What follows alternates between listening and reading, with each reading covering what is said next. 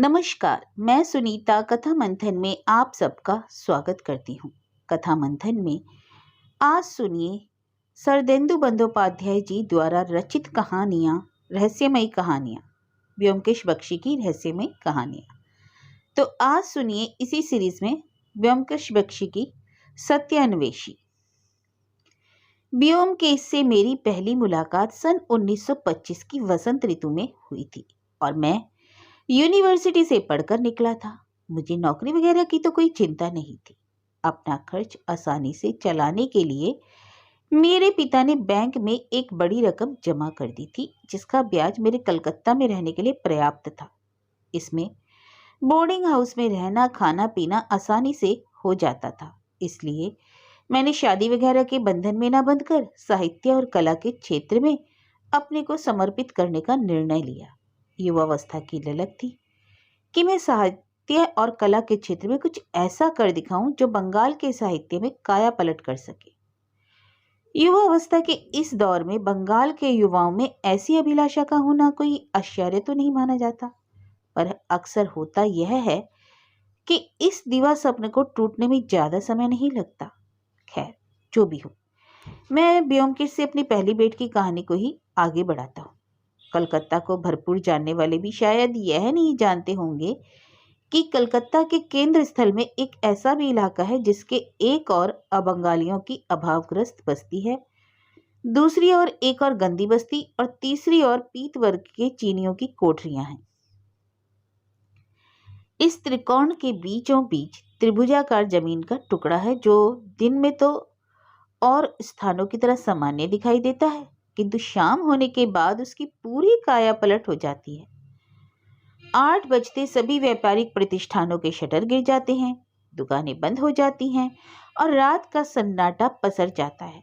कुछ एक पान सिगरेट की दुकानों को छोड़कर सभी कुछ अंधकार में विलीन हो जाता है। सड़कों पर केवल छाया और परछाइयां यदा कदा दिखाई दे जाती हैं। यदि कोई आगंतुक इस और आ भी जाता है तो कोशिश करता है कि जल्द से जल्द इस इलाके को पार कर ले, और मैं ऐसे इलाके के पड़ोस में स्थित बोर्डिंग हाउस में कैसे आया यह बताने का कोई फायदा नहीं। इतना कहना काफी है कि दिन के उजाले में मुझे ऐसा किसी प्रकार का संदेह नहीं हुआ। दूसरे, मुझे मेस के ग्राउंड फ्लोर में एक बड़ा हवादार कमरा उचित किराए पर मिल रहा था, इसलिए मैंने तुरंत ले लिया। यह तो मुझे बाद में पता लगा कि उन सड़कों पर हर महीने 2-3 कटी-फटी लाशों का मिलना आम बात है, और यह कि सप्ताह में कम से कम एक बार पास पड़ोस में पुलिस का छापा पड़ना कोई विस्मय की बात नहीं।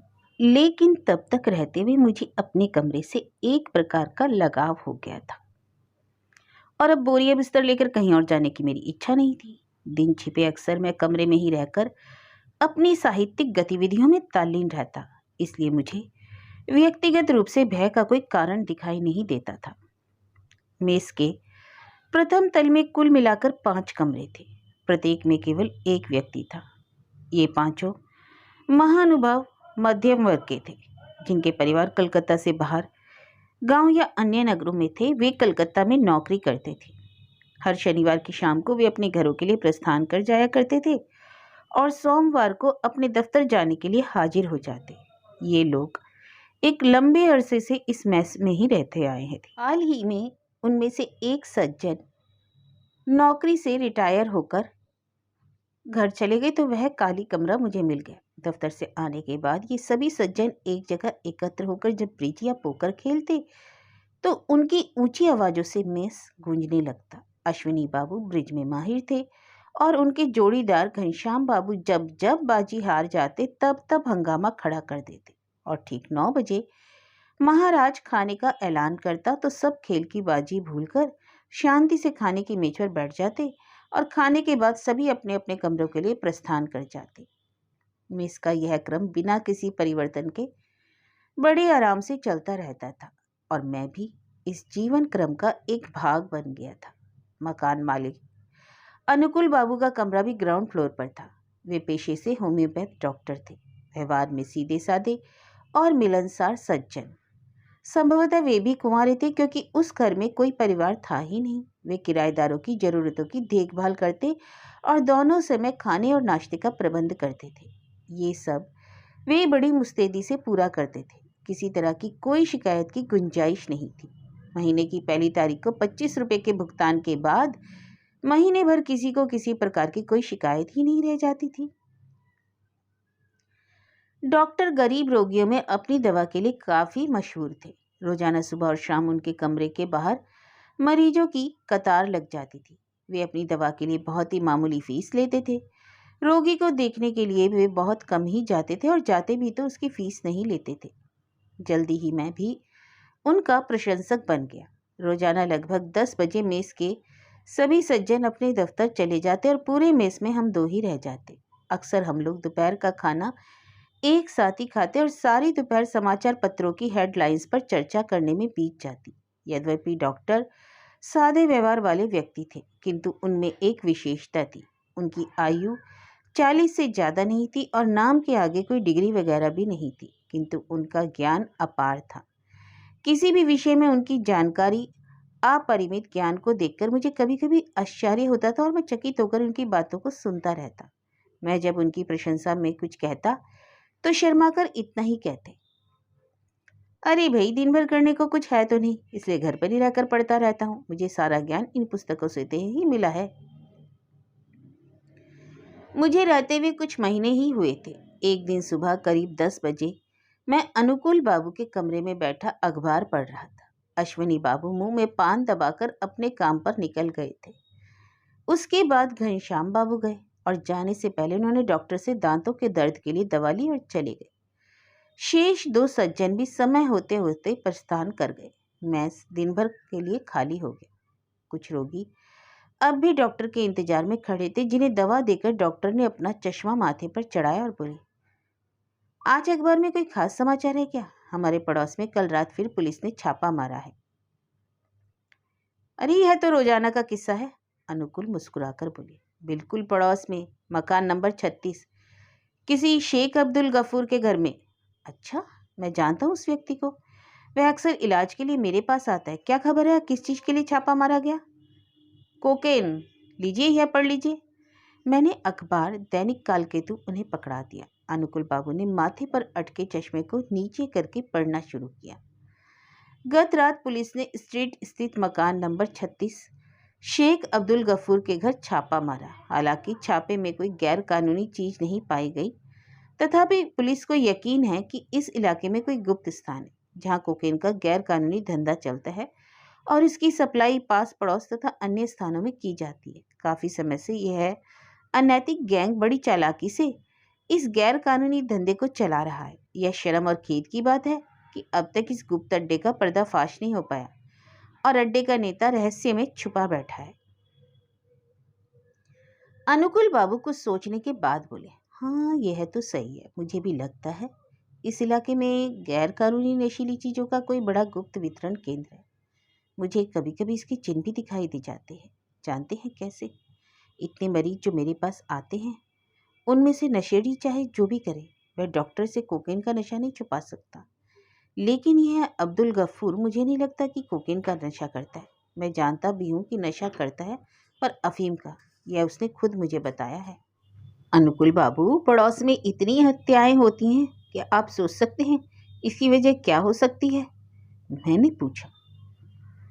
इसका बहुत ही आसान स्पष्टीकरण है। जो लोग गैर कानूनी नशीली चीज़ों का व्यापार करते हैं, उन्हें हमेशा भय रहता है कि वे पकड़े ना जाए। इसलिए कोई भी व्यक्ति यदि उनके रहस्य को जान लेता है तो उनके पास उसे ख़त्म करने के अलावा कोई और रास्ता ही नहीं रहता। इसे ऐसे समझने की कोशिश करें। मान लो कि मैं कोकेन का अवैध धंधा करता हूँ और तुम यह जान लेते हो, तो मेरे लिए तुम्हारा जिंदा रहने क्या मुझे सुरक्षा दे पाएगा? अगर तुमने पुलिस के सामने अपना मुंह खोला तो न सिर्फ मुझे जेल जाना होगा, बल्कि मेरा इतना बड़ा व्यापार भी डूब जाएगा, करोड़ों रुपए का माल जब्त हो जाएगा। तो क्या मैं यह सब होने दूंगा? और वे हंसने लगे। मैंने कहा, लगता है आपने अपराध मनोविज्ञान पर गहन अध्ययन किया है। हाँ, यह मेरी दिलचस्पी का एक विषय है। उन्होंने अंगड़ाई ली और उठ खड़े हुए। मैं भी उठने का सोच ही रहा था कि कमरे में एक व्यक्ति ने प्रवेश किया। उसकी अवस्था लगभग 23-24 वर्ष की होगी। देखने सुनने में वह पढ़ा लिखा नौजवान दिखाई देता था। उसका रंग साफ था, अच्छी कद काठी और देखने में आकर्षक तथा बुद्धिमान लग रहा था, लेकिन उसे के कपड़े देखकर लगता था कि वह बुरे समय से गुजर रहा है। उसके कपड़े अस्त व्यस्त और बाल उलझे थे, जैसे उनमें कई दिनों से कंघी नहीं की गई हो। उसके जूते भी गर्द से लिपटे हुए थे। उसके मुंह पर आतुरता झलक रही थी। उसने मुझे देखा, फिर अनुकुल बाबू की ओर देखकर बोला, मुझे पता है कि यह बोर्डिंग हाउस है, यहाँ क्या कोई रूम खाली है? हम दोनों ने उसकी ओर कुछ आश्चर्य से देखा। अनुकुल बाबू ने सिर हिलाया और कहा, नहीं, आप काम क्या करते हैं श्रीमान? वह नौजवान थका होने के कारण मरीजों के बेंच पर बैठ गया और बोला, फिलहाल तो मैं अपने आप को जीवित रखने के जुगाड़ में लगा हुआ हूँ। नौकरी के लिए अप्लाई कर रहा हूँ और सिर छुपाने की जगह ढूंढ रहा हूँ, लेकिन इस अभागे शहर में एक अच्छा बोर्डिंग हाउस ढूंढना भी असंभव है। सब जगह हाउसफुल है।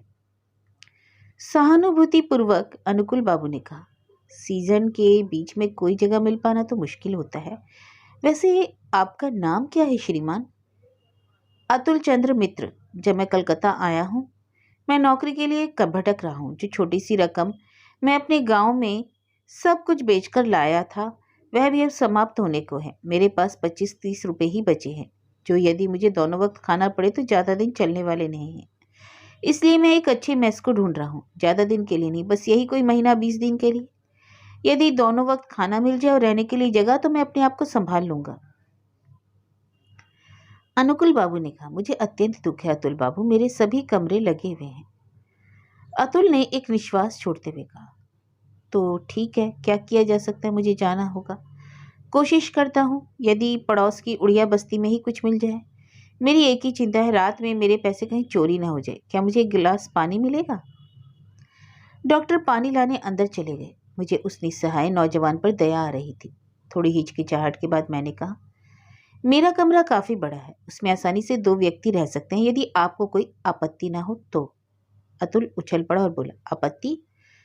आपत्ति कैसी? यह क्या कह रहे हैं श्रीमान? यह मेरे लिए तो सौभाग्य की बात होगी। उसने तुरंत पॉकेट से नोटों का बंडल निकाले और बोला, मुझे कितना देना होगा आप बताएं। आपकी बड़ी दया होगी यदि आप मेरा किराया पहले ही जमा कर लें। देखिए मैं कोई उसकी आतुरता देखकर मुझे हंसी आ गई। मैंने कहा, सब ठीक है, आप किराया बाद में दे सकते हैं, कोई जल्दी नहीं। अनुकुल बाबू पानी लेकर आ गए तो मैंने उनसे कहा, यह नौजवान परेशानी में है, यहाँ फिलहाल यह मेरे साथ रह सकता है, मुझे कोई दिक्कत नहीं होगी। आभार से अनुग्रहित होकर अतुल ने कहा, इतनी बड़ी दया दिखाई है, लेकिन मैं आपको अधिक समय के लिए कष्ट नहीं दूंगा। इसी बीच यदि मैं कहीं और व्यवस्था कर पाया तो मैं तुरंत चला जाऊंगा। उसने पानी का गिलास खत्म करके मेज पर रख दिया। अनुकुल बाबू ने विस्मित होकर मुझे देखा और बोले, आपके कमरे में? अच्छा, यह भी ठीक है। यदि आपको कोई आपत्ति नहीं तो मुझे क्या कहना है, आपके लिए भी ठीक ही रहेगा। रूम का भाड़ा आधा आधा बढ़ जाएगा। मैंने तुरंत उत्तर दिया, नहीं नहीं, यह कारण नहीं है। बात दरअसल यह है कि नौजवान लगता है और परेशानी में है। डॉक्टर हंसा और बोला, हाँ ऐसा लगता है, तब ठीक है अतुल बाबू, जाइए अपना सामान ले आइए, आपका यहाँ स्वागत है। जी हाँ अवश्य, मेरे पास अधिक सामान नहीं है, बस एक बेडिंग और एक कैनवास बैग है। मैं दोनों को होटल में दरबान के पास छोड़कर आया हूँ, मैं अभी जाकर ले आता हूँ। मैंने कहा, ठीक है जाइए और लौट कर लंच हमारे साथ ही लीजिए। यह तो बहुत ही बढ़िया सुझाव है। अतुल ने अपनी दृष्टि से मुझे आभार प्रकट करते हुए कहा और चला गया। उसके प्रस्थान के बाद कुछ मिनट तक हम चुपचाप रहे। अनुकुल बाबू गिलास धोने में जैसे खो गए, तो मैंने पूछ लिया, क्या सोच रहे हैं अनुकुल बाबू? उन्होंने सजग होकर कहा, नहीं कुछ नहीं, किसी की परेशानी में उसकी मदद करना अच्छा काम है, आपने जो किया ठीक किया। लेकिन जैसा कि आप भी वह कहावत जानते होंगे कि जाने सुने बिना किसी को अपने यहाँ रख लेना। खैर जो भी हो, मैं समझता हूँ, हमारे लिए कोई दिक्कत नहीं होगी। वे उठे और कमरे से बाहर चले गए। अतुल मित्र ने मेरे कमरे में रहना शुरू कर दिया। अनुकुल बाबू ने उसके लिए एक चारपाई मेरे कमरे में लगवा दी। अतुल दिन में कुछ ही समय के लिए दिखाई देता, अधिकतर वह बाहर ही रहता। वह सुबह ही नौकरी की तलाश में निकल जाता और देर रात 11 बजे के आसपास लौटता। लंच के बाद भी वह बाहर चला जाता, लेकिन जितना अल्प समय भी वह मेस में बिताता, वह उसके लिए सभी दोस्तों से दोस्ती करने के लिए पर्याप्त था। शाम को कॉमन रूम में रोजाना उसका बेसब्री से इंतजार होता, लेकिन चूंकि उसको ताश खेलना नहीं आता था, वह थोड़ी देर बाद चुपचाप नीचे डॉक्टर से गप्पे मारने चला जाता। उससे मेरी दोस्ती जल्दी ही हो गई क्योंकि हम दोनों हम उम्र थे, इसलिए जल्दी ही हमारे बीच में औपचारिकताएं खत्म हो गई। अतुल के आने के बाद एक सप्ताह सब कुछ शांति से बीता, लेकिन उसके बाद मेस में कुछ अजीब घटनाएं होने लगी। एक दिन शाम को मैं और अतुल अनुकुल बाबू से बातचीत कर रहे थे। मरीजों की भीड़ घटकर कम रह गई थी। इक्का दुक्का रोगी अब भी आ रहे थे। अनुकुल बाबू उनको दवा दे रहे थे। साथ साथ कैश बॉक्स संभालते हुए हम लोगों से बातें भी कर रहे थे। इलाके में कुछ गर्मा गर्मी थी और अफवाहों का बाजार गर्म था क्योंकि पिछली रात हमारे मेज के सामने के मैदान में हत्या हो गई थी और लाश सुबह मिली थी। अफवाहें इसलिए भी गर्म थी क्योंकि लाश की पहचान में वह व्यक्ति गरीब तबके का अबंगारी प्रतीत होता था, किंतु उसकी धोती के फेटे से 100 के नोटों की गड्डी बरामद हुई थी। डॉक्टर का कहना था, अरे यह सब कोकेन की तस्करी से ताल्लुक रखता है, क्योंकि यदि हत्या पैसों के लिए की गई होती तो मरने वाले के फेटे से 1000 के नोटों का बंडल कैसे बरामद होता। मेरा मानना है कि वह व्यक्ति कोकेन खरीदने आया था और इसी दौरान उसे स्मगलर के अड्डे के कुछ रहस्य पता लग गए। हो सकता है उसने पुलिस में जाने की या फिर ब्लैकमेल करने की धमकी दी हो। और उसके बाद अतुल ने कहा, अरे मैं ये सब नहीं जानता सर, मैं तो डर गया हूँ। आप लोग कैसे ऐसे इलाके में रहते हैं? मुझे यदि पहले पता होता तो। डॉक्टर ने हंसकर कहा, तब क्या करते? ज़्यादा से ज़्यादा पड़ोस की उड़िया बस्ती में जाते हैं ना। लेकिन देखिए, हमें कोई डर नहीं लगता। मैं इस इलाके में पिछले लगभग 10 वर्षों से रह रहा हूँ। मैंने कभी किसी के मामले में हस्तक्षेप नहीं किया है। मुझे तो आज तक कोई दिक्कत या परेशानी नहीं हुई। अतुल ने आहिस्ता से कहा, अनुकुल बाबू, मुझे यकीन है आपको भी कुछ रहस्य की जानकारी होगी, है ना? एकाएक हमें एक आवाज सुनाई दी। हमने पीछे घूमकर देखा कि अश्विनी बाबू दरवाजों से झांककर हमारी बातें सुन रहे हैं। उनके चेहरे का रंग पीला पड़ गया। मैंने पूछा, क्या बात है अश्विनी बाबू, आप यहाँ नीचे इस समय क्या कर रहे हैं? अश्विनी घबरा गए और बड़बड़ाए, नहीं नहीं कुछ नहीं, मैं तो मुझे बीड़ी चाहिए थी, और बड़बड़ाते हुए ऊपर सीढ़ी चढ़ गए। हमने सब ने बारी बारी से एक दूसरे को देखा। हम सभी में बुजुर्ग अश्विनी बाबू के लिए काफी सम्मान था, किंतु वे नीचे आकर चुपचाप हमारी बातें सुन रहे थे। हम लोग जब रात को खाने बैठे तो पता चला कि अश्विनी बाबू पहले ही खा चुके हैं। खाने के बाद मैंने रोज की तरह अपना चुरुट सुलगाया और अपने कमरे में जाने के लिए उठ गया। कमरे में मैंने देखा अतुल जमीन पर केवल तकिया लगाए लेटा है। मुझे कुछ आश्चर्य हुआ क्योंकि अभी इतनी गर्मी नहीं पड़ी थी कि फर्श पर सोया जाए।